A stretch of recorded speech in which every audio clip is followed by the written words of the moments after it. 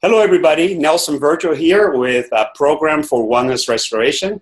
It's a nonprofit organization that has been operating since 1994, and educating patients and clinicians about HIV health, wellness, and the management of medication side effects. Today, we're very honored to have an old friend of the community, Dr. Pierone. He's in Florida. He's also an expert, like I am, on thebody.com. We answer questions there for people that have questions. His column is on facial lipoatrophy. Mine is on nutrition, exercise, etc. So welcome, Dr. Pierone.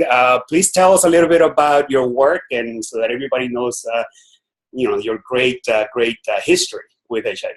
Great. Thanks, Nelson. Thanks for inviting me today. So my background, I'm an infectious disease doctor. I did my training at Mount Sinai in New York in the late 1980s. So I was there kind of during the explosive part of the HIV epidemic in New York. I finished my training in 1988 and then stayed and taught for a couple years at Mount Sinai in New York City. Came to Florida in 1990 with the idea that I would do consultative infectious disease. But because the area of Florida that I came to really had nobody interested in HIV, and I was interested in HIV, I became kind of a magnet for patients with HIV and AIDS, which is great for me because it's what I wanted to do anyway. And so, again, I've been in Florida now for 26 years, and I would say for the first 10, 15 years, I did consultative infectious disease, took care of an increasing number of patients with HIV infection and AIDS, built a team around that, and did a lot of clinical research in that regard. And of course, in the mid-90s, we actually had an AIDS unit at our hospital, our local hospital here, which we kept full all the time. Then when antiviral therapy became very effective, great thing happened in 95, 96. We closed our unit, and things have never been the same, in a good way, of course, and we all know that story. In the last 10, 11 years, my practice has changed pretty significantly, partly because I got involved in treatment of patients with HIV facial lipoatrophy. Even though I'm an infectious disease doctor, I couldn't get any of the plastic surgeons or dermatologists in my small town to treat my HIV patients when Sculptra became available 10, 11 years ago. So Peter Engelhardt, God rest his soul, good friend of mine, taught me how to do Sculptra 11 years ago down in Miami. And then I started getting involved with clinical research with facial lipoatrophy. And then I talked to Bonnie Goldman at The Body, switched my focus more to lipoatrophy instead of just answering general HIV questions. Yeah. So go ahead. So when do you start seeing the first patients with lipoatrophy and your training and what's your experience being like? How many patients you've treated? In our practice, we take care of about 900 to 1,000 patients with HIV, and I think we started seeing patients with lipoatrophy towards the late 1990s. In the beginning, we really didn't quite know what to make of it. We were using AZT back then, D4T, and we started seeing people with good numbers with facial wasting, and we were all kind of perplexed. Then eventually we realized it was a side effect of the medications, probably mitochondrial toxicity, and there really wasn't any treatment for it except for people that were going overseas or doing different treatments, really nothing available until Sculptra got approved in the United States. What are we now, 2016, so 2005 is when Sculptra was approved. And again, that's when I went down and Peter taught me how to do it. I was actually sending patients to him. He was doing the FDA registrational trials for Nufill, which then became known as Sculptra. Yeah, and obviously after Sculptra, you spent a few years on working with Sculptra, right? Yes, I did. I got involved with the FACES study, which when the FDA approved Sculptra, they did it contingent upon doing a 5-year safety study looking at Sculptra because most of the original data were in men, in African-American men and women. So we got involved with that study, and then we were off and running. And then Radiesse came out a year or two later. So I would say for the first 4 or 5 years, mainly using Sculptra and Radiesse. Then, and some of this story, then I was curious as to why so many people were leaving our country to go to Mexico, Brazil, Canada for fillers. So that got me in touch with Luis Casavantes in Tijuana and some of the doctors in Brazil and some clinicians in Canada to see what other fillers were being used. And I'll never forget when I met Luis Casavantes at his office in Tijuana. I watched him treat an HIV patient he was actually a nurse from San Francisco that had severe lipoatrophy, and he used about 20 or 30 syringes of Brazilian PMMA and basically restored this guy's face in an hour. It would have taken me a year and a half, and 16 vials of Sculptra to get him to the same place. And that's when I realized that PMMA the U.S. equivalent being Artefill, now Bellafill, was a real treatment option for people that had lipoatrophy. Yeah, I just finished an interview with him 3 days ago, and he mentioned you. He said, that he's definitely worked with you in the past. So this is my second interview, and I actually wanted to interview a doctor in the United States that is actually doing the work too. So, so I'm very excited today. So you saw this other option, the PMMA, which is obviously a permanent solution, I guess. Yeah. And did that mean that all the men and women that were using Sculptra and Radiesse started switching, or most people didn't need a touch-up? Did they have their faces permanently restored with the temporary products like Sculptra and Artefill? I'm sorry, and Radiesse? Well, a couple things. I think there not too many people have done Bellafill so far in the United States, mainly because of cost. It's a very expensive product, and most people with lipoatrophy need a large volume. Just for frame of reference, when I met with Luis Casavantes years ago in Mexico, they were getting their syringes for $20 or $30 for a 1 cc syringe. The acquisition cost in our country is $300. So when you actually play that out in terms of real people paying money for this product, you're talking about $10,000, $20,000, $30,000 potentially in fees to get permanent long-term facial restoration, and most people can't afford that. So I would say it's still in our country a niche population that are using Bellafill. We still have a lot of people that are doing Sculptra every couple of years, Radiesse every year or two, that are maintaining their facial volume using those fillers. The word is getting out about Bellafill, but again, it's a cost issue. Importantly, there's no patient access program for Bellafill because it's not approved for facial lipoatrophy, so it's being used off-label, whereas there are patient assistance programs for Radiesse and Sculptra, and we very much participate in those programs, and I think you know this as well. Unfortunately, those programs are not as generous as they used to be. In fact, they're outright stingy, so it's very tough to get enough product for people that have lipoatrophy that need facial fillers. Yeah. So what do most people do then? So I do. I was an activist back in the days too, working really hard at getting these patient assistance programs set up for Sculptra and for Radiesse. And we were very successful, and they were not that bad back then. But now, obviously, the patient assistance programs have eroded into, like you said, a very stingy amount that probably doesn't even cover sometimes the doctor's fees. So for people, first of all, let me rephrase obviously I'm not very focused today. The PMMA, the what is called Bellafill now. It used to be called Artefill. They renamed it Bellafill. I've known as Artefill, so it's now called Bellafill. So is there any hope that the company would consider going for an HIV indication approval so that we can get some reimbursement or insurance or even patient assistance? Honestly, I don't think so, Nelson. Yeah. I'll tell you why. The company just got approval for acne scarring, and that's a huge population. There are a lot of people with acne scarring all over the place, and because we're seeing less lipoatrophy, the drugs are better now, as you know, so we don't see as much facial lipoatrophy as we used to see. So a lot of the people that I'm seeing are people that have had HIV for 20, 30 years. They were on the D drugs back in the day. They were on AZT back in the day. They developed lipoatrophy, and now they're just getting older on top of it. We're not seeing as much of newer people, newly diagnosed and infected, getting lipoatrophy. It still occurs, but not like it used to occur 10, 15 years ago. So I don't think we're ever going to necessarily see an FDA indication for this, unfortunately, but that's just the reality of the world. No, I just, maybe this is a new thought for everybody, but we have another population in HIV that is shrinking. It's a multi-drug population with multi-drug resistance, and one of them that have multiple resistance mutations to many medications. And soon we'll have a product approved under an orphan drug indication.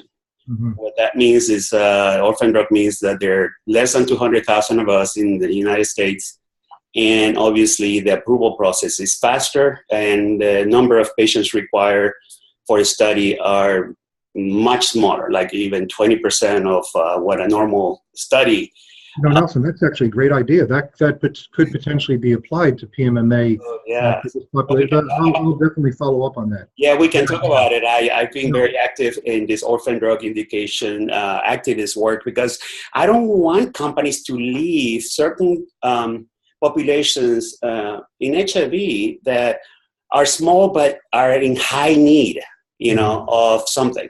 And this is definitely one that would qualify quickly. For orphan designation. Orphan designation is actually given within a month to 2 months of application, and then the FDA basically accelerates everything else. So it's actually, obviously, the only problem with orphan drug is that companies tend to get greedy in pricing after they get approved. But at least there's going to be a potential for access. So we'll talk about it, you and I, privately, because I really think everybody would welcome a permanent solution to HIV lipo-hypertrophy in the United States. Sculptra and Radiesse obviously are doing, people are using them. They've been somehow effective. But I've also seen a lot of people wasting a lot of money with so many touch-ups, especially people that have severe lipo-hypertrophy. Those that have mild to moderate, I think, they end up doing better. But when it comes to the severe cases, which, there are probably less than 50,000 people that are in that situation. So definitely, and I know you are very active in this field. So when you talk to the company, so I don't have a contact because I keep changing hands. And to that point, I don't mean to suggest that the company Suniva that has Bellafill is not supportive. They are. In fact, they're supporting me. I'm doing a clinical trial. We're enrolling 30 patients with moderate to severe facial lipoatrophy. We've actually enrolled 29 out of the 30. We're enrolling the 30th later this month. And the company has donated the supply. So we're using 37.5 syringes of Bellafill over the course of a year. And for most of these guys and women, we're really getting full over the course of a year. We're rebuilding their face, kind of what I described to you, what I saw Luis do years ago in Mexico. We're doing it more gradually over the course of a year, but we are getting long-term, nice, durable results. And again, that study's underway. And so the company's supportive in that regard. But again, in terms of an indication, it's a little bit different. The FDA's made it clear they would require a study of at least 100 patients, more than that, long-term. And I don't think that's going to happen in that regard. But you and I will talk later about the orphan possibility. Yeah. So let's go back to your work right now. On that study, you already enrolled it completely, or? Yeah, we're just about. We've got the last patient. When we got approval for that, this has been a multi-year process for me. The FDA, being conservative, said they would let me just enroll 10 patients, and I enrolled those 10 patients 3 years ago. And they said, give us safety data for a year and a half, which I did. And they said, then you can enroll the other 20. So I'm just finishing that second cohort of 20 patients. Again, this month will be done. And we'll be following them for 3 years. So the study will be going for a number of years. But I can tell you just so far, the interim data is very good. Yeah, and no problem. We have a lot of safety data on non-HIV positives and HIV negatives, right? Because it is approved for, what are the indications? Basically, cosmetic. Two indications. It was approved for nasolabial folds, the smile lines 8 or 9 years ago, and then last year it was approved for acne scarring, rolling acne scarring. So those are the two indications. Of course, once the product's approved, we can use it off-label, and we pretty much use Bellafill everywhere except in the lip proper. You can use it off-label in other places. Wherever people need it is where we use it. Yeah, because I really have strong biases. It's a great product with great potential that has been in the market for a while with lots of difficulty in uptake. I don't know the reasons. I have really never even talked to the company. And I just see such great possibilities, not only in the HIV grade 3 and 4 facial lipoatrophies, but also in other applications. So and definitely let's talk about it, because I really think it's been a long time, and like multi-drug resistance, a lot of these people feel left behind. A lot of people feel like if they don't have money, they don't have access, that only the rich and famous, the ones that have cash, can get a restoration of their faces, something that was caused by 2 particular drugs. So that's very unfair to me. So I saw Botox, and I know you agree because you're an activist physician. So we'll definitely talk about it. So let's move on what what else you're using, other different things. We don't even have to be talking just basically about HIV. So. Yeah.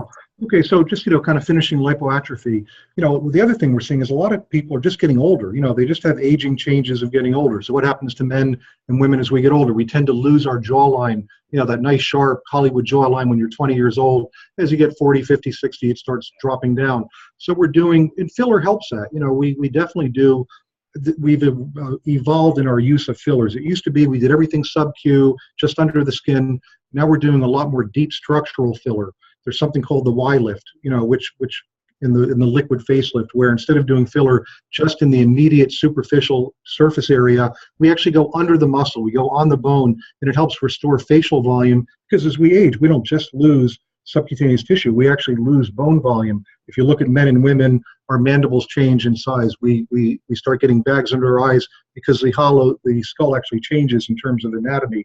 So I think doctors that are doing a lot of fillers are much more sophisticated in how we do it to produce a more natural look. So I think that's good news. The other thing that we're doing is we're doing a new technology. It's been available in Europe and in Southeast Asia for many years. They're called PDO threads, polydioxanone threads. And what they are absorbable sutures, and they have little tiny barbs on them. And what you do is you put them in at the upper part of the face. They go under the skin. The barbs attach to the deep dermis. When you pull them out, they lift the skin up and back, and they stay under the skin. And then they reabsorb over 6 months. And what they do, once they reabsorb, it's not like the face falls back down 6 months later. There's like a band of fibrous tissue underneath, so you get some durability. So it's also, they work well with fillers for kind of getting this upward, backward liquid facelift. So PDO threads have been available in the United States for about a year, and they're kind of the new thing in the world of facial aesthetics. And we're using them in people with HIV with lipoatrophy because, again, people are getting jowly. They don't need more filler. They need lifting up and back. Huh. So that's kind of an exciting field. That's very interesting. And is there like that's obviously not a permanent solution. You will have to. Not a permanent solution, but I will tell you that they actually have threads made of PLLA, which is chemically identical to Sculptra. And Sculptra lasts a couple of years. And so there is probably a couple of years of durability. And like anything else, you can add to the results. You can get some lifting and tightening. A few months later, you can do a few more to get a little more lifting and tightening. It's the sort of thing you can do sequentially, and you get a cumulative effect from those. So again, an exciting area for facial aesthetics and for treating lipoatrophy as well. And you're using, what's the indication for that? Well, it's all cosmetic. It's all cosmetic use. It basically, again, it's been available in Europe and in Southeast Asia. If people go on YouTube and just Google, or go onto YouTube and put in PDO threads or Korean threads, you can see some videos that shows how it works and what it does. Very exciting. I guess it would work on brow lifts too, or not? We do it for brow lifts too. People get heavy here. You can lift the brow. We do face, brow, neck. For a lot of people, 5 years ago when somebody said, what do I do about my neck? I would shrug my shoulders and say, find a surgeon. Now we have non-surgical options, mainly threads to get tightening, pulse therapy, which is high-intensity focused ultrasound, semi-invasive radiofrequency technologies. The whole world of facial aesthetics is really going through a technological revolution with all of these new non-surgical approaches that are really expanding the options. They're not surgery. They don't get the dramatic results like surgery, but they're really impactful for a lot of people. And this is an outpatient kind of in and out procedure? Outpatient, person's awake, office-based procedure, virtually no downtime. That's really one of the nice things about this too. You don't have the downtime of surgery and all the swelling and bruising that goes along with it. And where do you anchor all these fibers or this? Yeah. So the way they're anchored, they're actually, by their design, they've got barbs along the entire thing. So they're basically anchored at every point where there's a barb, they anchor. So when you pull it in, when you pull it out, you kind of get tension. Then when you draw it, it holds it in place. Pretty neat.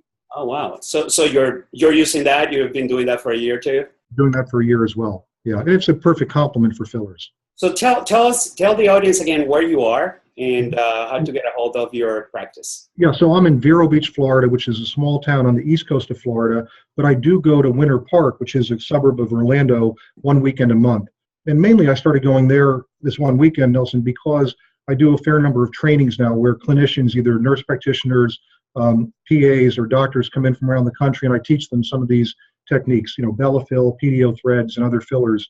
But I also have that office because a lot of people come in to see me from other parts of the country. Much easier to get to Orlando than it is to Vero. So that makes it easier. You can fly into Orlando. To get to Vero, you got to rent a car, get a hotel, whereas Orlando, you can just get in and out. So how far are you from the Fort Lauderdale airport? Fort Lauderdale is about an hour and a half, an hour and 15, hour and a half. And actually have a lot of patients from Fort Lauderdale that just drive up to Vero Beach. It's not too far from Fort Lauderdale. Is there like an airport in Boca? No? I don't think in Boca. There's Fort Lauderdale, West Palm Beach, but most people from South Florida, if I were going to go to Fort Lauderdale, I would drive there. There aren't that many flights, certainly not from Vero. Okay. Yeah, I need to come and say hi. I go to Fort Lauderdale a lot. So yeah, you should. You should. Actually, an hour and a half, huh? So yeah, you would have to drive, or like Palm Beach too, I guess that's a airport. Yeah, Palm Beach is a little closer. And what's your website? The website is facialrejuvenationfl.com. FL. Yeah, for Florida. Oh, okay. Yeah. And so when people have questions, how because I'm part of, obviously, of the body too. Tell the audience how they can actually ask you questions on the body. Well, they can go on thebody.com. The one thing I have to say is I feel so guilty about the body because I've been so busy in recent months and years. I rarely get over there to do questions. So I'm sure you can relate to that. Again, people can just email me too. If they come to my website and email, I also answer individual questions, for people that have questions. The body would be more efficient, but a lot of those questions I've answered before. They're kind of generic. Not to say they're not important, but I would say that you sent me an article recently. I would say 3 or 4 years ago, I had a very firm idea about what caused lipoatrophy, what caused lipo-hypertrophy. My universe was very much ordered. Not so much anymore. More and more studies are coming out that are kind of breaking down the pillars of what we used to believe. I mean, I'll tell you what I used to believe. I used to believe that the nucleosides, especially the older ones, D4T, DDI, EZT, they cause facial lipoatrophy, that the protease inhibitors cause lipo-hypertrophy, the increased visceral fat, buffalo hump, etc. And as more and more data are coming out, it's not a simple answer like that. I don't know if you feel that way as well. Yeah. I mean, over the years, I've definitely seen people that had lipo-hypertrophy in visceral fat. When we stopped their protease inhibitors, some of them got better, clearly, but others didn't. And we switched them to non-nucleosides or to integrase inhibitors, and they really didn't get better. So I don't think it's as simple as we originally conceived. And I think also part of it is people are living longer, and some of the changes we're seeing, some of the body changes we're seeing are part of aging as well. I mean, if you go to a locker room, you can tell the 20-year-olds from the 40-year-olds from the 60-year-olds based on their body habitus. Yeah. But I did want to talk a little bit about lipo-hypertrophy because we are getting ready to do a study. So lipo-hypertrophy is increased visceral fat, definitely linked to HIV infection and the medications we use to treat it, but again, not as clearly linked to protease inhibitors as I used to believe. I'm extrapolating some data. There's a drug called liraglutide, which is also known as Victoza, which was approved for diabetes about 6-7 years ago. It's also known as Saxenda, and it was approved for weight loss about a year ago. And it's a once-a-day injection, tiny needle, and most people that use it lose 5, 10, 15, 20 pounds, somewhere in that range, as long as they take it, as long as they stay on it. But when they looked at diabetics who were overweight and using Victoza, who tend to have increased visceral fat, there was about a 17% reduction in visceral fat in diabetics who took Victoza. Now, when you extrapolate and you say, well, let's look at Agrifta, which is approved for lipo-hypertrophy, in those studies, there was about a 17% reduction in visceral fat. So my view is we have a medication that's on the market for weight loss and diabetes that reduces in diabetics fat by 17%, similar to the result you would see with the Agrifta. So anecdotally, I've treated a few patients with HIV lipo-hypertrophy with the Agrifta, and it seems to work. They're less tense, they have less fat, their clothes fit better. I don't have a study yet, but I'm hoping to start a study up fairly soon. Just kind of an open label pilot study to see in the real world, can we treat people with HIV lipoatrophy with Victoza? You mean like for lipo-hypertrophy? For lipo-hypertrophy, yes. Yeah. And this is what, once a week? Once a week? No, it's a once-a-day injection. Victoza is. Now, there's a closely related drug called Bydureon, also known as Byetta, different molecule, but that's available in a once-a-week shot. That might be an option as well. The only reason I've been going in that direction, the once-a-week shot, people tend to get nodules. And the longer they use it, the more nodules that they have. Kind of, you almost remember the T20 days and how people would get nodules from that. So whereas the once-a-day tiny injection with Victoza is very benign, tiny needle, and virtually no issues there. And there are no issues with hypoglycemia? No, there are not. The only times that people would have hypoglycemia would be if they were on another diabetes medication that could cause hypoglycemia, but Victoza itself does not. So for somebody that's not diabetic, they would not get hypoglycemia. So, good. So is the weight loss or the visceral fat loss caused by lower appetite, or is it caused by better insulin sensitivity? It's probably caused by a decrease in appetite, but what a lot of my patients tell me that are on it is they get what's called early satiety. Satiety is a medical term for being full. So they get partway through a meal, they're like, oh, I'm full. They've eaten half a sandwich instead of the whole sandwich and the fries, and they're done eating because they're full. That's, to me, the primary mechanism of action. And I've actually had patients say, you know what, I'm going to Thanksgiving dinner. I'm not going to take my Victoza today because I want to eat a lot. That you can work around it, of course, but I think that's really the mechanism. It doesn't affect metabolism, but people eat less because they get full sooner. Is there any effect, an improvement in lipids or anything else? Yeah, there is. You do see improvements. With that weight loss, you typically see improvements in triglycerides, to a lesser degree cholesterol. Okay. And the only negative, in some people, when we use it, we start with a low dose and we gradually titrate it up every week or two. Some people will get heartburn if they have a tendency for heartburn. I've had some people, they get more heartburn because food empties from their stomach more slowly, so they're more likely to get heartburn. So some people that take proton pump inhibitors, omeprazole, Prilosec, sometimes need more of that, or they need Tums to treat the heartburn. So this is yet again another application for an orphan drug indication. Because lipo-hypertrophy, well, I've calculated some numbers on how many of us may have excessive visceral fat.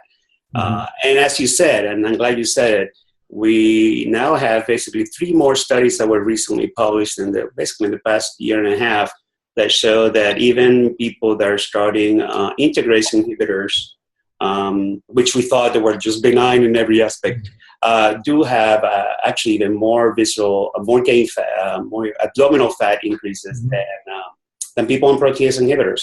So yeah, me too. I feel like you do. I'm kind of like, when I thought I knew everything, I realized I don't know everything. So because things are evolving, and it's so unfortunate that we're into 33 years or how many years? Well, 97 is the first report of lipodystrophy. So it's going to be 20 years next year that we had the first report, and we're still dealing with, we don't know what it causes it, and we have very limited treatments. That's I'm laughing right now, but I should actually probably be crying. But I do think it's very exciting what you just told us. I mean, anything else that people have basically abandoned this field of research in HIV, in my point of view. Yeah, I think so, Nelson. There's not a lot of research being done, and if you go to the meetings, you rarely hear about it. It's almost like it's an artifact, of people that have been dealing with HIV for 20 or 30 years. You see people at the meetings with lipoatrophy, that obviously have it and they haven't been treated. And that actually kind of brings back to that original question: is what do people do with lipoatrophy? And I think there are 3 things. One is some people don't do anything; they just live with it. They figure the treatment is out of their price range and they can't do anything. Other people try to get on the patient assistance program, have challenges finding a doctor that participates, and again, the programs are stingier. And then other people that have maybe more financial wherewithal do seek out doctors, do get treatment for it, and again, the treatments are getting better. So those to me are the 3 categories of people with lipoatrophy, at least in terms of the facial lipoatrophy. We don't have good treatments for the volume loss or the subcutaneous loss on the extremities, because a lot of people complain about that too. And you and I have talked about this in the past. What do you do for buttock lipoatrophy? There's really nothing in the United States I'm aware of. That's where people go to Tijuana, Brazil, to get PMMA for buttock augmentation. And I think that does work. I've had a number of patients that have done that. But a lot of people, it's too adventuresome for them. They're not going to go to another country to get that done. And then the cost is an issue as well. Yeah, and I think many people just accept the fact that there's nothing they can do and they move on. I did a survey that was answered by 1,800 people with HIV lipodystrophy, and the main finding well, I was very shocked to find out 25% of them had thought about suicide in their lives due to their body changes. Over 60% stopped dating. Over 60% felt rejected by potential sex partners or dating partners because of their face or their belly. And more than 45% of them, I know all the numbers in my head, it's been a while, actually would trade 5 years of their lives if it could get a solution, obviously, that they can afford too. So it was pretty depressing. Obviously, it's my community, and I also have visceral fat accumulation. I did have mild to moderate facial lipoatrophy that I got worked on. So, you know, I'm a little actually and I've been actually need one of those lift things. So I'm a man of privilege, and I recognize that, but most people with HIV don't have the privilege. So I know you've been an extreme. I remember you even told me a few years ago you wanted to open a foundation to treat people in Africa that have lipoatrophy, and you know, so I've always known how motivated you are to help others, and that's why I wanted to touch base, have the world know what you do. To contact you once again to your website, which is facialrejuvenationfl.com. Yeah, all right, and good luck with the study for lipo-hypertrophy. It's a very interesting approach. Hopefully, it'll work out. And if anybody wants to ask you questions, either send you an email through your website or through thebody.com. So I appreciate your time.